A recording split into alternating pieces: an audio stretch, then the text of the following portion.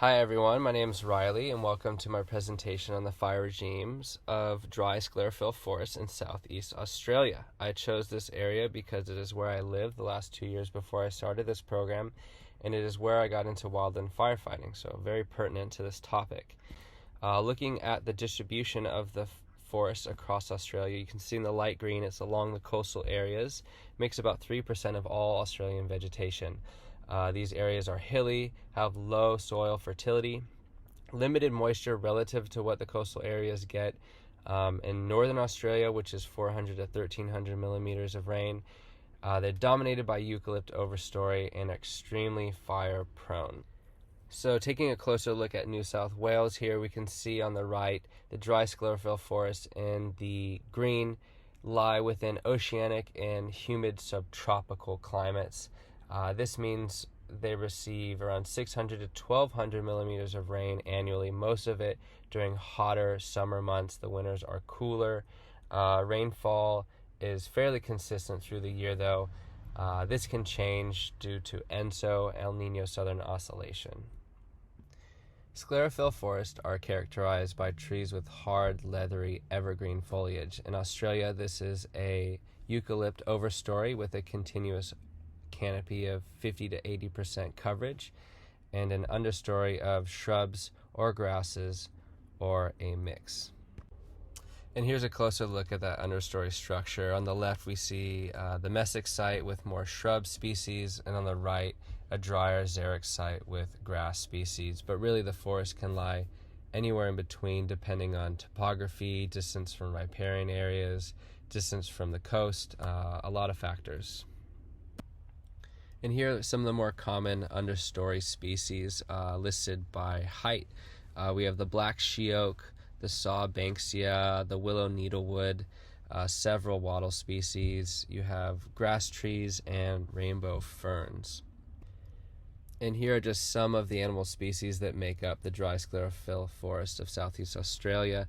Of the many mammals, birds, and reptiles pictured here are just some of my favorites, like the cockatoos, monitor lizards, ring-tailed possums, eastern gray kangaroos, and wallabies.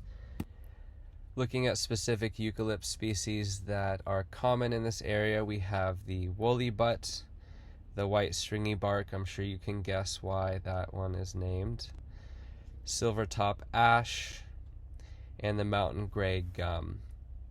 Now, looking at eucalyptus in general, the sclerophyllic leaves are highly volatile, and with limited moisture, low soil fertility, biological processes are very slow, and so litter accumulation is very high.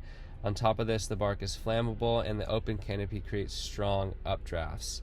As you saw earlier, many of these eucalyptus species don't have lower branches, but the litter, bark, and subcanopy can create many opportunities for fires to crown.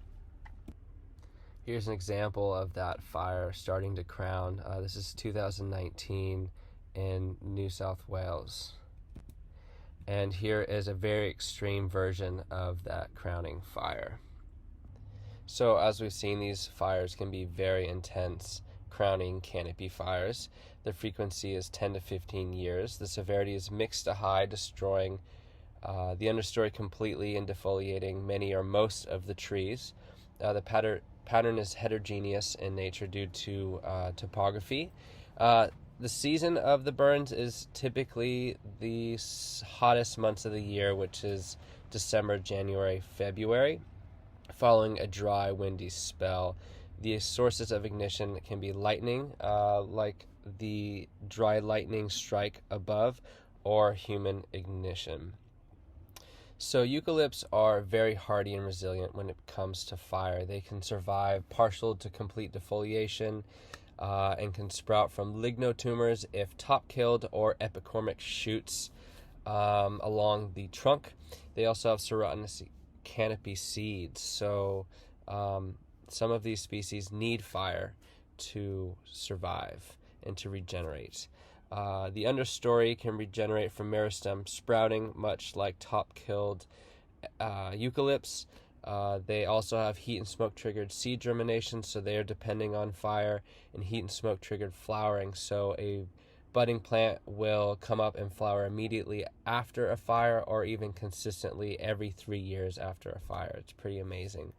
With that said, frequent fires can exhaust the carbohydrate stores of the understory. So prescribed fire can kind of run into some issues with that we'll get to in a little bit. So here's a picture. This is 2019-2020 fire season in New South Wales. This is just across from where I lived.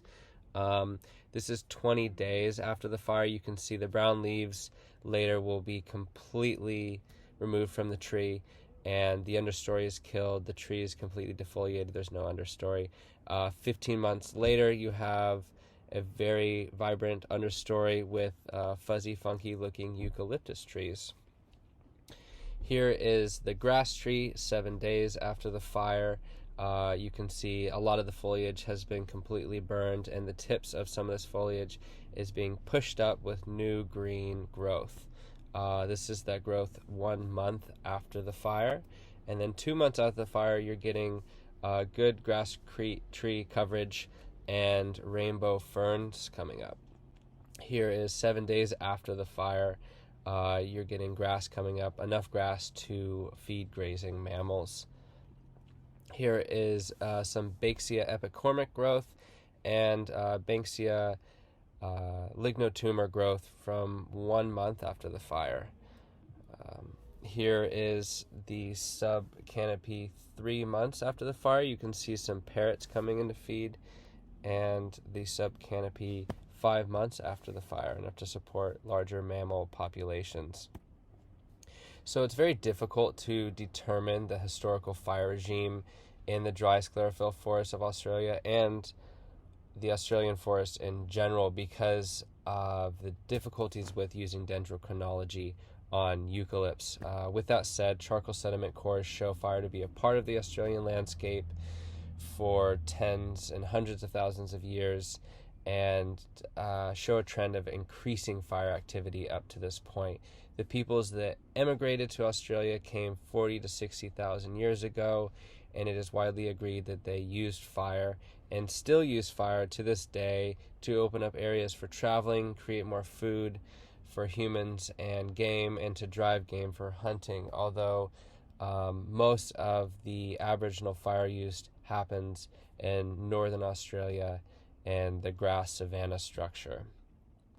So historically, these lands haven't been cleared for agriculture or logging because they're too hilly for access or because they are too low in fertility.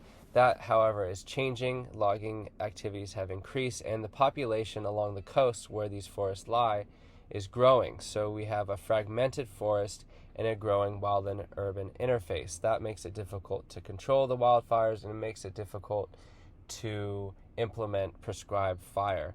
That combined with a warmer climate is creating more intense weather events.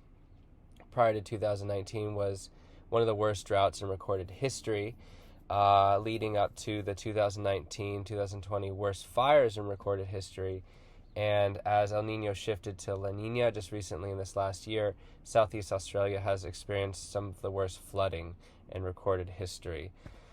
As mentioned before, prescribed fire can be used as a way to mitigate the risk of these wildfires, but can change the biophysical state of the forest. This is because the forest is adapted to lower frequency, higher intensity forest fires, and using prescribed fire at a low intensity, high frequency can exhaust the carbohydrate stores and the seed banks in the understory. And that's my presentation. I hope you all learned something, and please feel free to ask any questions. I'd love to talk about this. Here are my references, and the next 2 slides are just references for photos. Thank you.